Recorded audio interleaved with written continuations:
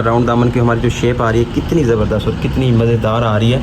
कहीं से आपको रिंकल्स वगैरह नज़र नहीं आएंगे। ये इसकी फ्रंट साइड आप लोगों को नज़र आ रही है, ये इसकी बैक साइड नज़र आएगी। ठीक है, तो यहाँ पे क्या होता है, अक्सर लोगों के चुनट्स वगैरह आ जाते हैं, रिंकल्स आ जाते हैं, बहुत सारा मसला बनता है। उसके अलावा आप लोग यहाँ पे देखें बगल तक हमारी लेस कितनी फिनिशिंग के साथ गई हुई है, जहाँ पे आप लोगों को नज़र भी आ रहा है। तो आज हमारी वीडियो के अंदर ये चीज़ें कवर होने वाली है, तो काइंडली आप लोग वीडियो तक लास्ट तक जुड़े रहिएगा, क्योंकि छोटा छोटा पॉइंट देखना बहुत ज़्यादा ज़रूरी होता है। बाकी स्टार्ट करते हैं वीडियो को, चलें। यहाँ तक हम लोगों ने सिंपल सूट की मार्किंग करनी होती है, जैसा कि हमारे पास स्ट्रेट दामन आ जाता है, ऐसे ही स्ट्रेट दामन की मार्किंग करके अपने हाफ इंच अप और डाउन पे आप लोगों ने एक्स्ट्रा निशान लगा लेना, जहाँ पे लेंथ की तरफ भी और विड्थ की तरफ भी। और फिर जो आपने नीचे वाला निशान लगाया होगा ना, वहाँ से आपने तकरीबन 4 इंच का आप लोगों ने एक साइड पे निशान लगा लेना और 4 इंच का दूसरी साइड पे, और यहाँ पे मिड में भी आपने क्या करना है 4 इंच का निशान लगा लेना है। अभी जो राउंड करना है आपने सिंपल इसी को आपने 4 इंच ऊपर वाले निशान के ऊपर लगा के, तो आप लोगों ने कुछ ऐसे राउंड करते हुए लेके आना है, और फिर इन सब निशानों को आप लोगों ने आपस में मैच कर लेना है। तो यहाँ पे आपका राउंड दामन जो होगा वो सारा कंप्लीट हो जाएगा। और अभी सिंपल जो हमने बाहर वाला एक्स्ट्रा मार्जिन रख के हम लोगों ने दबाव लगाया था, उसी के ऊपर हमारी क्या होगी, सिंपली हम लोगों ने राउंड के ऊपर कटिंग कर देनी है। तो ये आप लोगों ने याद रखना है, जो आपका रेडी नाप होगा उससे आगे आपने हाफ इंच का निशान लगा के उसके ऊपर आप लोगों ने राउंड दामन की कटिंग करनी है। अच्छा, जो गुलाई होगी ना वो आपने 4-4 इंच के ऊपर करनी है, जैसे कि दोनों साइडों से मैंने 4-4 इंच कर रख के तो फिर गुलाई किया, लेकिन जब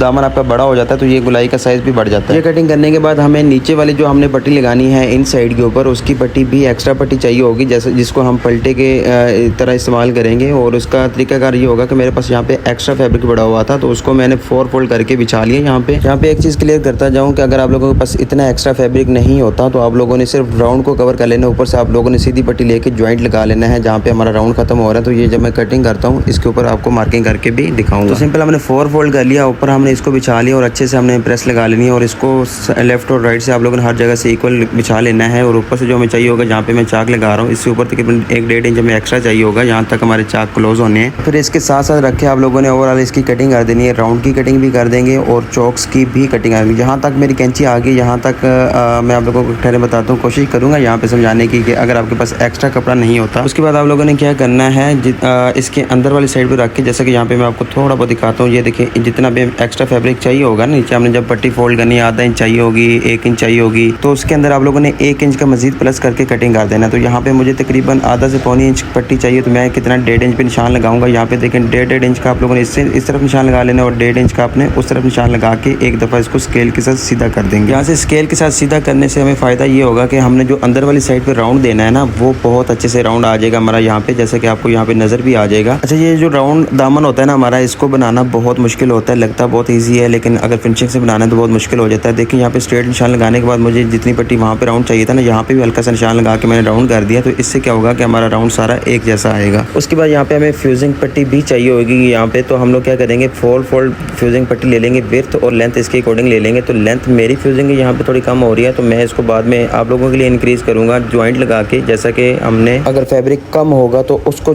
कवर करना है राउंड दामन के अंदर, जो हमने नीचे वाली पट्टी रखी हुई है, तो उसी अकॉर्डिंग। ठीक है, तो यहाँ पे साइडों से और ऊपर वाली जगह से आपने सिंपल उसी तरह ही कटिंग कर लेनी है जो हमारी मार्किंग लगी हुई है नीचे। और फ्यूजिंग वाले पार्ट को आप लोगों ने यही समझना है कि ये हमारा फैब्रिक पीस है, जो अगर आप लोगों के पास इतना एक्स्ट्रा कपड़ा नहीं है तो आपने फैब्रिक कपड़े को कवर करना है जो हमने नीचे की तरफ लगाना था। ठीक है, तो यहाँ पे हम लोग इसकी कटिंग भी कर देते हैं सारी ओवरऑल। और उसके बाद आप लोगों ने जो ज्वाइंट लगाना है ना, वहाँ पे मैं आपको सारी चीज़ें बताऊंगा कि आप लोगों ने कैसे कवर करना है। कोशिश करूँगा कि आपको समझा पाऊँ, सारी चीज़ें यहाँ पे ही गाइड कर पाऊँ आसानी के साथ, ताकि आप लोगों का फ़ायदा हो जाए यहाँ पे आने का। अच्छा, ये काम थोड़ा मुश्किल आ जाता है। यहाँ पे जो हमने राउंड पट्टी निकाली हुई है ना, इसकी शेप को संभालना बहुत ज़्यादा मुश्किल होता है, आसान काम बिल्कुल नहीं होता है और आसानी के साथ ना ये बनता है। ठीक है, तो इसको आपने क्या करना है, सबसे पहले आप लोगों ने जो फ्यूजिंग हम लोगों ने राउंड के अंदर राउंड दामन के अंदर जो कट करके रखी थी, तो उसको हम लोगों ने बिछा लेना है उसी हालत के अंदर जहाँ पे हमें इसका राउंड चाहिए था।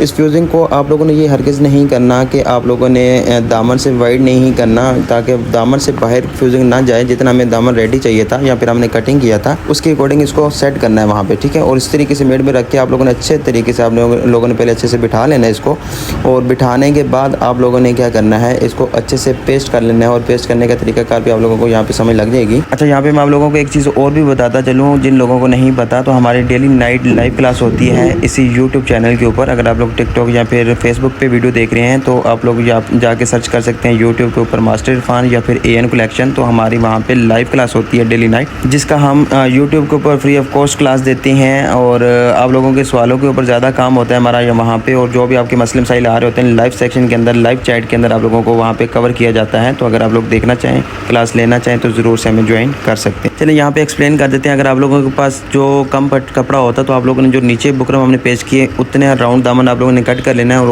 ऊपर का जो पार्ट होगा, जैसा कि मैंने स्ट्रेट दामन पट्टी कट की है और सॉरी फ्यूजिंग पट्टी कट की है आपने, उसके मुताबिक इसी तरीके से कट करके तो आप लोगों ने सिलाई के साथ ज्वाइंट लगा लेना है। क्योंकि ये फ्यूजिंग है तो हमने यहाँ पे फ्यूजिंग का ही काम करना है। और ये करने के बाद आप लोगों ने यहाँ पे देखिए हाफ इंच का मार्जिन रखते हुए अंदर वाली साइड जो हमारी राउंड जा रही थी वहाँ पे आप लोगों ने ऐसे राउंड दे देना है। और अब हम इसी राउंड के ऊपर हम लोगों ने छोटे छोटे बारीक कट लगा लेना है। जितना भी राउंड आ रहा है आपका, जितने ज़्यादा कट लगाएंगे उतना अच्छे से आपका अंदर वाली साइड जो हमारा राउंड आ रहा है वो उतना अच्छे से बैठेगा। तो दूसरी साइड को भी हम सेम ऐसे ही कर लेते हैं। राउंड के अंदर निशान लगा लेंगे और फिर छोटे छोटे कट लगा लेंगे यहाँ पे। और ये कट लगाने के बाद हम लोगों ने इसको पहले प्रेस करके बिठा लेना है अच्छे तरीके से। उसके बाद प्रेस सेक्शन के ऊपर आप लोगों ने क्या करना है, यहाँ पे जो हमारी इनसाइड आ रही है ना वहाँ पे बहुत आराम सुकून से आप लोगों ने राउंड को बिठा के तो फिर आप लोगों ने बैक फोल्ड करके आयरन कर देनी है इसको। यहाँ पे आपको तहम्मुल मिजाजी का सामना करना पड़ेगा, तहम्मुल मिजाजी से ही काम करना पड़ेगा। और उसमें ये है कि अगर यहाँ से आप लोग राउंड वाली जगह से खींचेंगे तो एक तो आपकी शेप सारी ख़राब हो जाएगी, और दूसरा आपका दामन जो आपका एक्चुअल साइज़ दामन है ना उसके अंदर भी हमारा क्या होगा, डिफरेंट हो जाएगा। ठीक है, बहुत ज़्यादा डिफरेंट हो जाएगा। तो काइंडली आप लोग इसको थोड़ा ध्यान से कीजिएगा। यहाँ पे हमारी वीडियो की स्पीड थोड़ी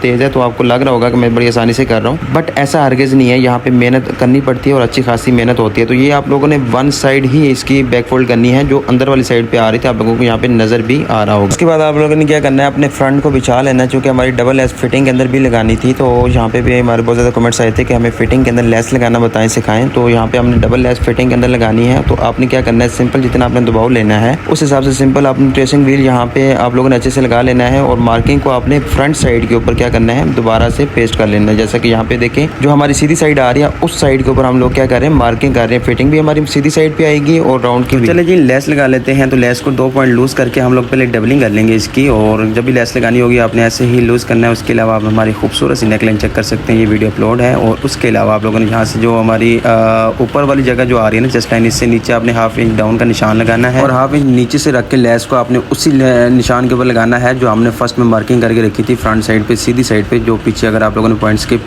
कर दिया होगा तो देखिए यहाँ पे आपको मसला बनेगा यहाँ पे। तो आपने सिंपल इसको ऐसे ही उसी मार्किंग के ऊपर जो आपकी सिलाई आएगी ना, हल्की सी माइनर सी आपकी बाहर की जो दबाव एक्स्ट्रा दबाव होता है ना उस तरफ मार्किंग जाएगी तो और भी ज़्यादा अच्छा हो जाएगा। और ये वाली सिलाई के ऊपर ही हमने सेकंड वाली सिलाई लगानी है। बहरहाल वो बात की बात है, जब आएगा तो दिखाऊंगा आप लोगों को। और यहाँ पे आप लोगों ने सिंपल उसी मार्किंग को फॉलो करते हुए आना है, और जो राउंड आपका आ जाना है ना तो इसके ऊपर आपका फोकस बहुत ज़्यादा चाहिए होगा। जैसा कि यहाँ पे आप लोग देख लें, एक इंच के ऊपर आप लोगों ने बस लेस को रखते जाना है और सिलाई लगाते जाना है। और इस चीज़ का आपने मस्ट भी ध्यान रखना है कि आपका जो राउंड होगा वहाँ पे नीचे वाला जो दबाव होगा वो आपने 100% एक जैसा लेना है। अगर यहाँ पे आपने कोई डिफरेंट कर दिया तो उसमें ये होगा कि आप जितनी मर्जी कोशिश कर लें, आपका राउंड जो होगा वो एक्यूरेट नहीं निकलेगा, उसमें बहुत ज़्यादा डिफरेंट आ जाएगा। और लेफ़्ट और राइट आपका वो टेढ़ा मेढ़ा हो जाएगा। और राउंड की शेप वही निकलनी चाहिए जो आपने स्टार्ट्स में देखी है, तो वो ऐसी ही निकली है कि हमने टोटल दबाव को कवर किया जितना हमें दबाव चाहिए था, या फिर हम लोगों ने जितना दबाव को एक्स्ट्रा रखा था। सिंपल आपने उसको फॉलो करते हुए सिलाई लगानी है। और देखा जाए तो ये हार्ड काम भी नहीं है, मुश्किल काम भी नहीं है। तो सिंपल आपने बस मार्किंग को फॉलो करते हुए जाएं तो इंशाल्लाह आप लोगों का भी ऐसा ही काम निकलेगा।